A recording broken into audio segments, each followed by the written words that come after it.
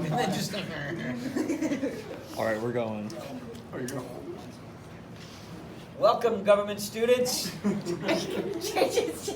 Yesterday, we decided that political science is the study of power. And power is the ability to get others to act in accordance with your intentions, getting people to do what you want them to do. And we then found that when power is exercised, sometimes it is exercised with something we call authority, that is, having the right to use power. And other times, power is exercised without authority. Our example was a thief is using power, but doesn't have the authority to do that. While the police officer writing you a ticket, for example, has the authority to stop you and cause you to pay a fine. So we're okay with authority. We also found that in general, people would like to have authority, would like to have more authority. A lot of people would like authority, but not everyone can be in charge. Not everyone can have authority. So there needs to be some process to determine who gets authority. How do we sort out who's in charge from who's not? And the word we used with that was politics. Politics. That is the competition for authority. It's simply a method, a technique to determine who gets to be in charge, who gets to exercise power. And that can take many, many forms. In the end, there's going to be a government of some type that has power, that has authority, the right to use power. And there are a lot of methods by which that government can be formed. But when we look at a government, any government, and I'll use the political science term, it's not government, it's a political system. Any political system that currently exists, and there are a lot of them, or any political system that has ever existed through our history, there's really a lot of them.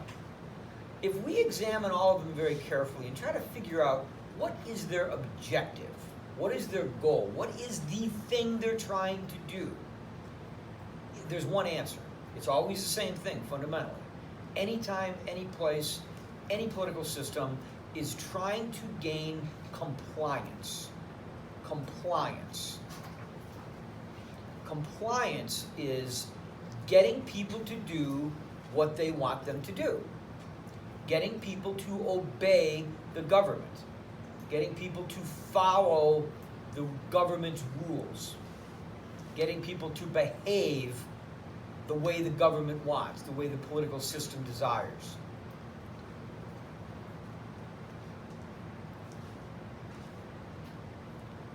So compliance.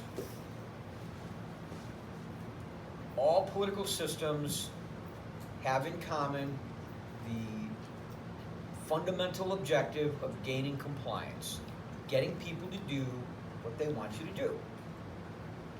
And if we look at thousands of examples of political systems that do or have historically existed, we find that there's really a very limited number of ways to do that, to gain compliance.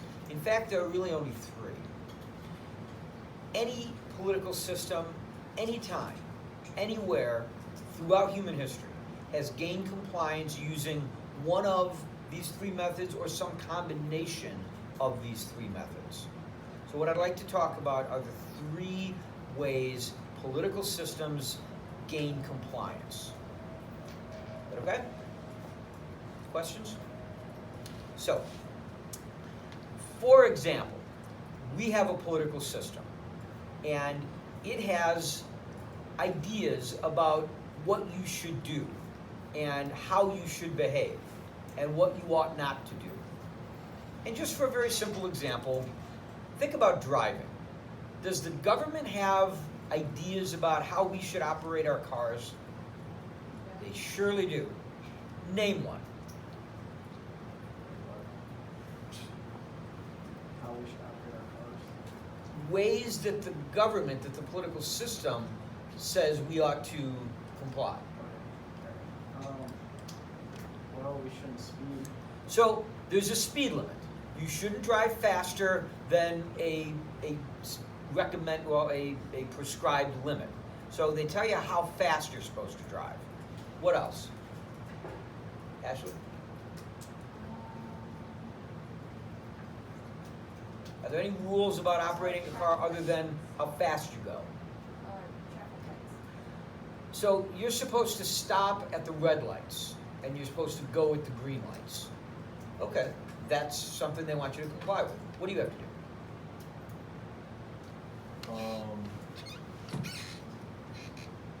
You have to be you can't be like under the influence around drugs or anything. You cannot be intoxicated or under the influence of anything. You have to be clear-headed when you're driving your car. Okay? What do you got to do? You have to comply with specific road markings, such as lines. So you're not supposed to cross the double yellow lines. Yes. Okay? What do you got to do? I don't know. What do you got to do? Drive within an insured car. You have to have insurance when you operate your car. What do you have to do? Don't text and drive. You have to put your phone down when you're operating your car. What do you got to do?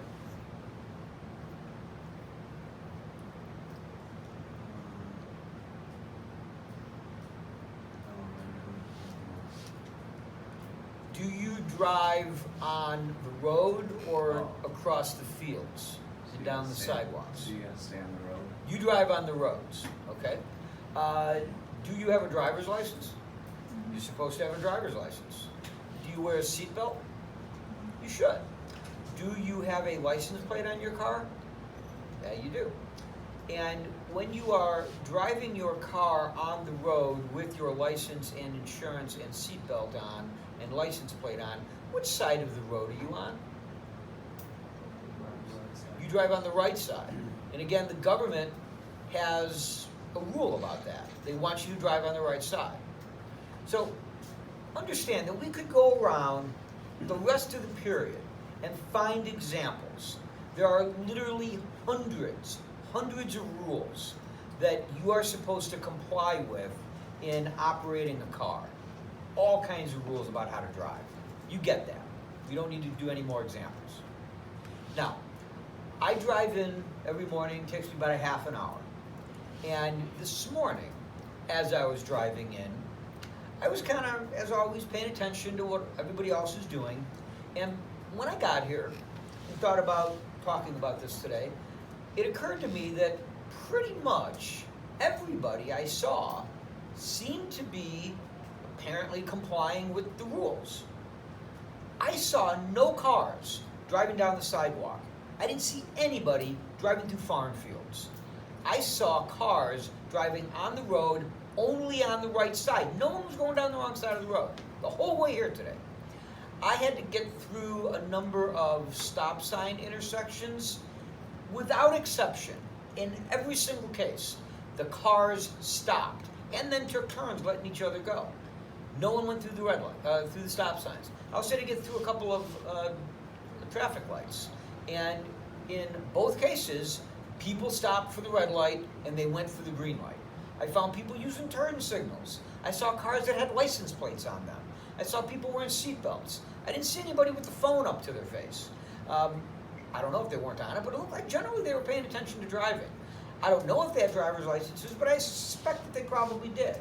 So I'm going to conclude that most of the people obey most of the rules most of the time. Is that a fair conclusion? Yes. Do you obey most of those rules most of the time? I know occasionally maybe you go a few miles over the speed limit, but generally you drive pretty much the way you're supposed to. Yes? Okay, so you comply.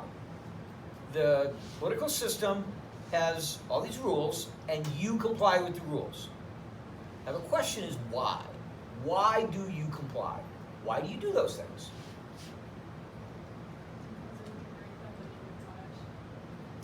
So you are afraid that if you break them, you will get in trouble. You will get punished. Is that what a lot of you are thinking? Is that what you were thinking? Okay. So you're thinking, I got to obey because if I don't, I get in trouble. something bad's going to happen to me. That is one of the major ways of gaining compliance.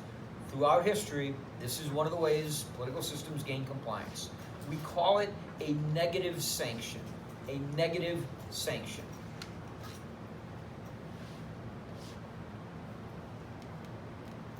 A negative sanction. And what that means is that the government can take away something that you value. If you don't obey, they will take away something that you value. You don't want to lose that valuable thing, so you obey the rules, you comply.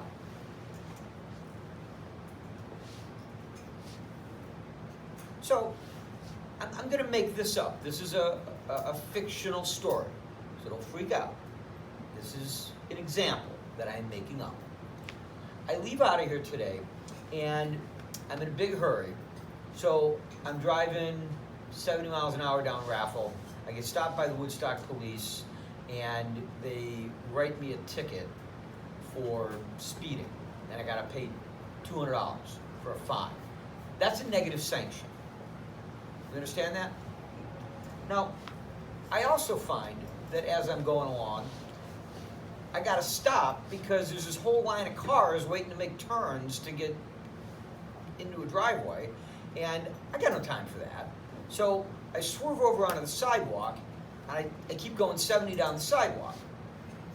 Now, the negative sanction is not just gonna be the fine, not just losing the money.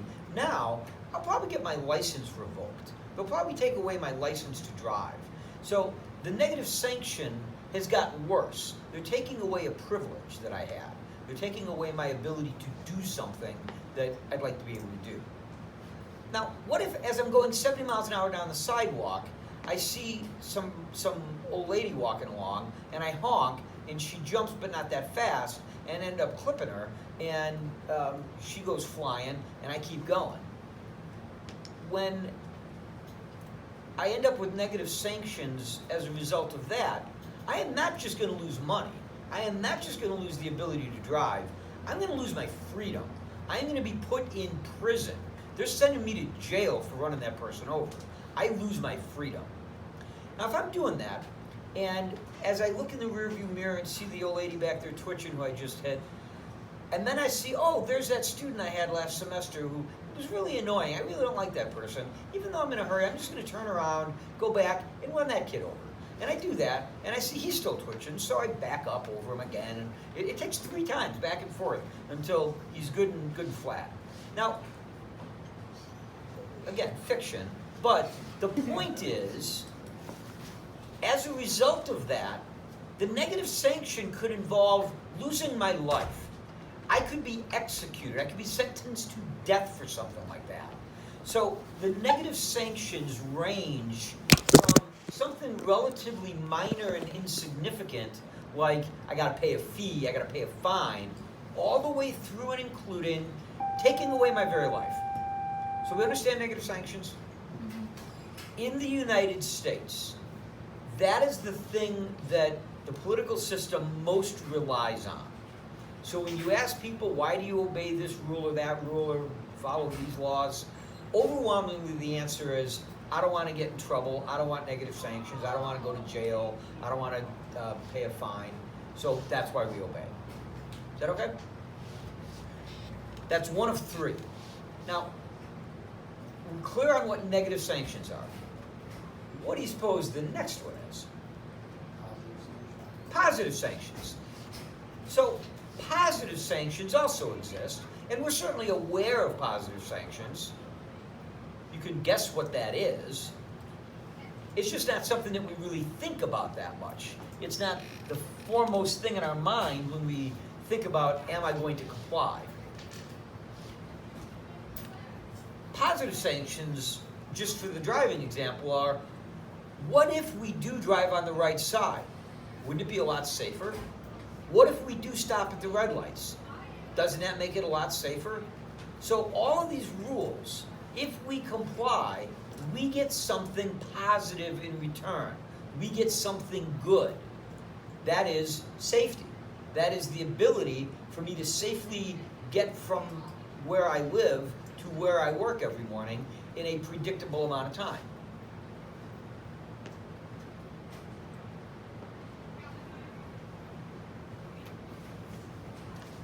People like to gripe about paying taxes. In the end, they still do pay their taxes, but they don't often think about the positive sanctions. So I pay a lot of money as a result of taxes, but I also am aware that as a result of that, I get to have a paved road that I can drive to work. I get to have the ability to dial 911 when I'm in peril, and these people will come zooming up in their blue uniforms and rescue me and keep me safe. I get to call the fire department, who show up with the red trucks and put the flames out when my house catches on fire. I can turn on a faucet and water comes out of it that is clean and drinkable. I can flush the toilet and it goes down the sewage system and I don't have to worry about it anymore. Those are all good positive things that I get as a result of us collectively paying our taxes. That's what we get by collectively complying with the rules. So positive sanctions make sense? Negative sanctions, positive sanctions? Okay. There's a third one. And the third one is not something that many Americans would immediately think of. And that is, in a lot of ways, our political culture focuses more on the negative sanctions, positive sanctions. But around the world, and throughout a lot of history, but especially around the world today, this is a big one. And it is what motivates a lot of people in a lot of places to obey the rules, to comply. I learned about this a long time ago. I learned about it once when I was living in another country overseas. And I had an apartment, and then I got a job, and the apartment and the job were at opposite sides of a decent-sized city.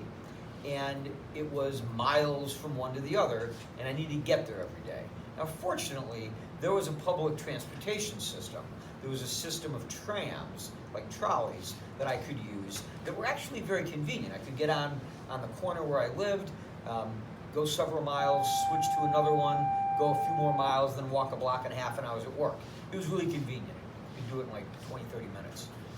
And the deal with this trolley system, these trams, were you had to buy a ticket. And the tickets were really inexpensive, like 20 cents. And you could buy them any place. There were machines you could buy them from, or any place with a cash register, literally, could sell these tickets. And the deal is you're supposed to have a ticket. However, different from what we're used to, you didn't have to do anything with the ticket. You didn't have to put it into a machine in order to get on. You didn't have to show it to anybody. Nobody ever looked at it, nobody ever checked it. You're supposed to have it, but the reality is the door opens, you get on, you ride, and then when you get to your spot, the door opens, you get off, and you walk away. You're supposed to have a ticket. And you're supposed to pay for that ticket 20 cents. Now, as an American, I'm looking for the negative sanctions, and there aren't any. You know, I'm watching, like, you know, how often do the police come and check the tickets? Well, the answer seems to be never. How often is there any, like, determination whether a person has tickets? And the answer seems to be never. So, pretty quickly I realized this is dumb. You know, this honor system thing they have of buying tickets, it doesn't make any sense. Why would I buy these tickets? If I save 20 cents a day each way, that's 40 cents a day. It's a couple of dollars a week. That's $8 a month. That starts to add up at that point in my life. That was, you know, significant. So I go for months without buying these tickets, merely riding around the city on the tram without having a ticket. And I'm conscious that I'm supposed to buy one, but I never do. I don't really feel bad about it. You know, it's like, whatever. It's only 20 cents. It's no big deal. Then one day I'm on the tram and it stops. But it wasn't a normal stop. That got my attention. And then the front door opened, but only the front door opened, and I never saw that before. It's always 8 doors all at once. And I look, and I'm sitting in the back, and these 3 guys in uniforms with weapons get on. And I'm thinking, like, oh, cool. You know, they're like looking for a mass murder or something, because, you know, I never see anybody like that. Turns out they're checking tickets. They're checking tram tickets. And I'm thinking, this is going to be ridiculous. This is going to be funny, because no one's going to have a ticket. What are you going to do? There's like 60 people on this tram. You're going to arrest everybody for not having a 20-cent ticket? Well, they start going down the line, and everybody on that tram has a ticket. they either have an actual ticket for that ride or they had a monthly pass. I didn't even know about the monthly pass. But everybody's got a ticket and they get back to me. I don't have a ticket.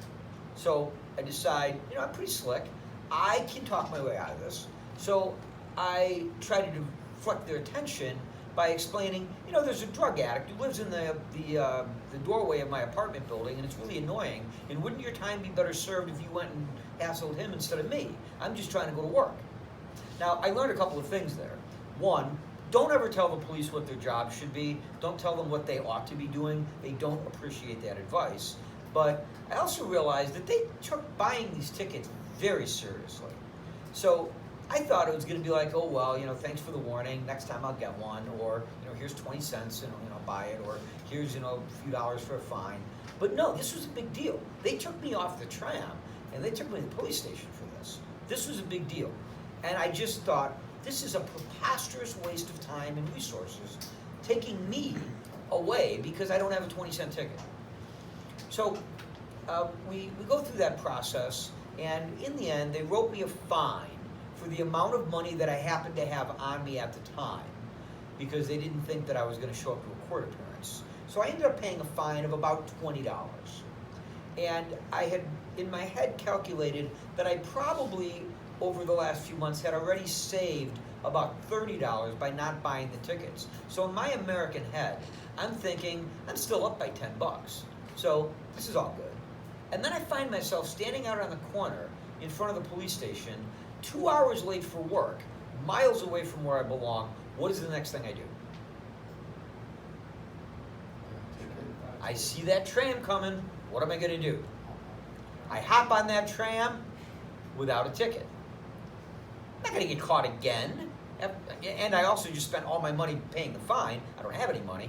But I'm not going to buy a ticket. I'm already still $10 ahead, and chance of getting caught twice, that's preposterous. I'm not going to get caught again. I mean, I didn't think there was any such thing as the ticket police. So I figure, I'm fine. I can just go without buying a ticket. So I'd already made up my mind that I'm not learning a lesson from this. I'm just going to keep doing what I was doing. I get to work, and I have to explain why I'm late for work. And I got these two supervisors, and I tell them, oh, I'm sorry I'm late, and I kind of laugh and make a joke about it. I'm like, oh, I'm such an idiot, got busted by the ticket police, didn't have a tram ticket, ha ha. And I thought that they were gonna laugh with me and oh yeah, too bad, what an idiot. But they didn't. Instead, they got these kind of shocked looks, and they kind of physically just moved back a little bit and looked at me a little sideways. And they were looking at me like, is he a psychopath? Is he like a sociopath or something? Is he dangerous? They actually started talking, and they were kind of talking about, can we let him continue working here? Is it safe to have him here, in this business? Because I didn't buy a 20-cent tram ticket. And FYI, I was the busboy at a restaurant. I cleaned dirty dishes off the tables and washed them, and they weren't clear whether they could trust me to do that because I didn't buy a 20-cent tram ticket. Now that blew my mind. I did keep the job. They did learn to trust me, but more importantly, it's because I learned the way they view compliance. We ended up having lots and lots of conversations about this. We talked for hours and hours over the next few months about this subject. And as I got to understand the culture and the way this political system works, I understood that for them, you would never get on a tram without a ticket, because you're supposed to have a ticket. The right thing to do is to have a ticket. Your moral obligation as a member of society is to have a ticket. We live in a civilized society, a society with rules, and our job as citizens is to comply with those rules. Not because we're worried about getting in trouble, but because it's the right thing to do. They would never imagine doing something like what I did. And to them, it was a sign that, well, if he does that, what else is he capable of? They really were nervous about that. And to me, it didn't seem like a thing. But I learned from that in many societies, in many cultures, this idea of It is my role as a citizen, is it my moral obligation as a member of society to comply with the rules because it's the right thing to do. That's very powerful in a lot of places. Still today, a lot of societies generally operate that way. They gain compliance that way. There's still a lot of places where you don't have to give the ticket to anybody. There are still honor systems all over the place.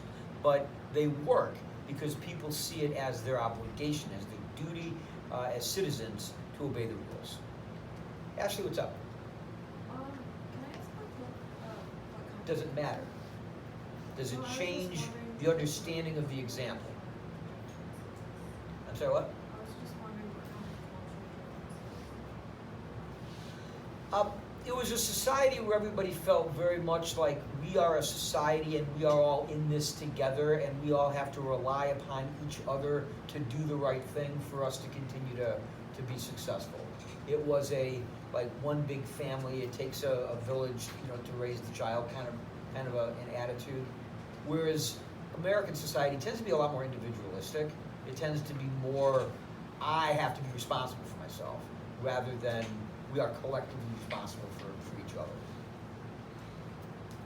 And I intentionally didn't tell you where it is because it doesn't matter. I'm trying to make a point about how political systems gain compliance. So it doesn't matter where. In fact, a lot of places that would apply to. Is that okay? Thank you. Have a pleasant day.